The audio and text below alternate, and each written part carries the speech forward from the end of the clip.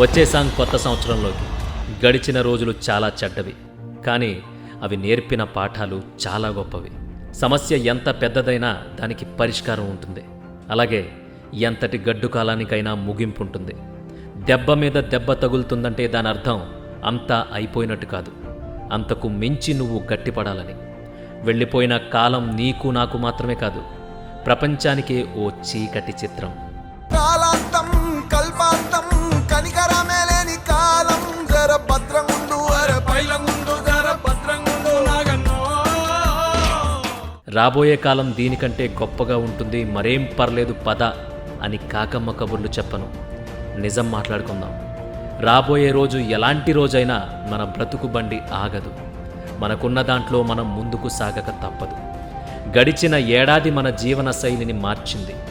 శుభ్రత ఎంత ముఖ్యమో చెప్పింది, ప్రకృతితో మమేకం చేసింది. ఆస్తి కంటే ఆరోగ్యం ముఖ్యమని, స్వార్థం కంటే సాయం గొప్పదని ఊరి మీద తీపిని రుచి చూపించింది. 10 మంది కలిసి కూర్చోవడం అనేది ఎంత విలువైన సమయమో తెలియజెప్పింది. మొత్తంగా స్వేచ్ఛ అనేది ఎంత ఖరీదైందో, ఒంటరితనం ఎంత భయంకరమైందో, సంపద ఎంత విలువలేనిదో ఖరాఖండిగా చెప్పింది 2020. నాకెదురలేదని ఎగిసిపడే నీ మదం బరియు పక్కపుడమి శపించెను ఇది నిజం.